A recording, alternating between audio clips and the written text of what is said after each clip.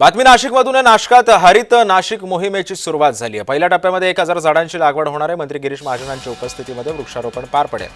टप्प्याटप्प्याने 15000 झाडं लावणार असल्याचा दावा सुद्धा यावेळी करण्यात आला। या मोहिमेअंतर्गत मखमालाबाद सह इतर 4 ठिकाणी पहिल्या टप्प्यामध्ये 1000 झाडं लावण्यात येणार आहेत। आपण दृश्य पाहतोय, हरित नाशिक मोहिमेला आता सुरुवात झाली आहे। मंत्री गिरीश महाजन सुद्धा या ठिकाणी व्यासपीठावर आपल्याला दिसतात। सोबतच त्यांच्यासोबत अनेक हिंदू धर्मगुरू सुद्धा या ठिकाणी आहेत। नाशकामध्ये हरित मोहिमेला अखेर सुरुवात झालेली आहे। 1000 झाडं लावण्यात येणार आहेत पहिल्या टप्प्यामध्ये।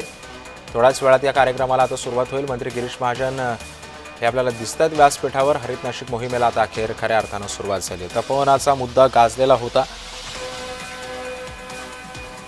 आणि त्यानंतर आता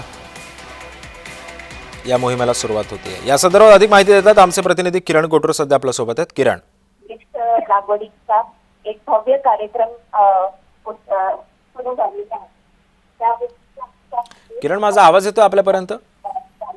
हो, या मोहिमेला आता अखेर सुरुवात झालेली आहे। साधारण वृक्षारोपणाला किती वेळा सुरुवात होईल?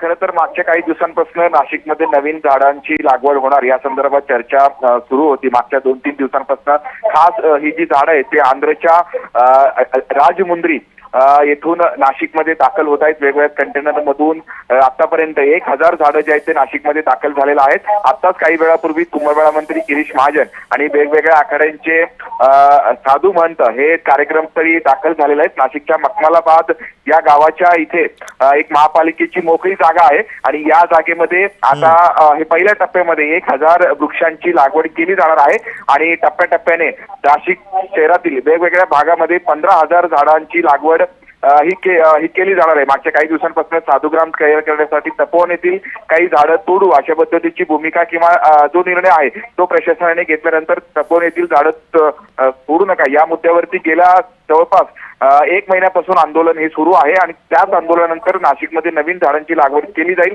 अशा पद्धतीची घोषणा गिरीश महाजन यांनी केलेली होती आणि त्याच घोषणेनंतर मागच्या 2-3 दिवसांपासून ही जी झाडं आहेत ती नाशिकमध्ये दाखल होत आहेत आणि पहिल्या टप्प्यातील झाडांचं जे वृक्षारोपण आहे ते आज केलं जाणार आहे आणि टप्प्याटप्प्याने वेगवेगळ्या भागामध्ये अशा पद्धतीचे हे झाडं लावले जातील। अशा पद्धतीचं हे संपूर्ण जे आहे ते नियोजन करण्यात आलेलं आहे आणि जे हरित नाशिकच्या या सगळ्या मोहिमेअंतर्गत खरं तर या झाडांची लागवड केली जाणार आहे। सगळे मान्यवर आता कार्यक्रमस्थळी दाखल झालेले आहेत। साधू महंतांच्या उपस्थितीमध्ये हा संपूर्ण कार्यक्रम हे नाशिकमध्ये जे होतोय। अगदी काही वेळानंतर या सगळ्या झाडांची लागवड केली जाणार आहे।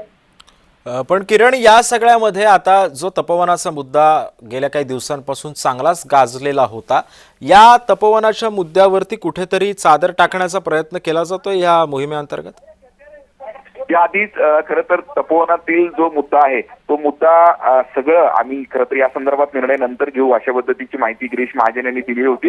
आधी नाशिकमध्ये नवीन झाडांची लागवड केली जाईल आणि ही जी झाडं आहेत ते सगळे देशी प्रजातीची झाडं आहेत हे नाशिकमध्ये टिकतील अशा पद्धतीचं एक अनालिसिस जे आहे ते एक्सपर्ट लोकांनी सुद्धा केलेली आहे। त्यामुळे आज पहिल्या टप्प्यातील हे झाडं लावण्यात येणार आहेत आणि हळूहळू नाशिकमध्ये वेगवेगळ्या भागात 15000 झाडांची लागवड केली जाईल आणि त्यानंतर तपोवन संदर्भात निर्णय घेण्यात येईल अशा पद्धतीची माहिती आहे। त्यामुळे तपोवन मधील सुद्धा झाडं काढू नका अशा पद्धतीचं आंदोलन गेल्या काही दिवसांपासून सुरू आहे। या सगळ्या नवीन झाडांची लागवड केल्यानंतर तपोवन मधील जे झाड आहेत त्या झाडांसंदर्भात काय निर्णय होतो हे पाहणं महत्त्वाचं असणार आहे। नक्कीच। धन्यवाद किरण, तुम्ही दिलेल्या अधिक माहितीबद्दल।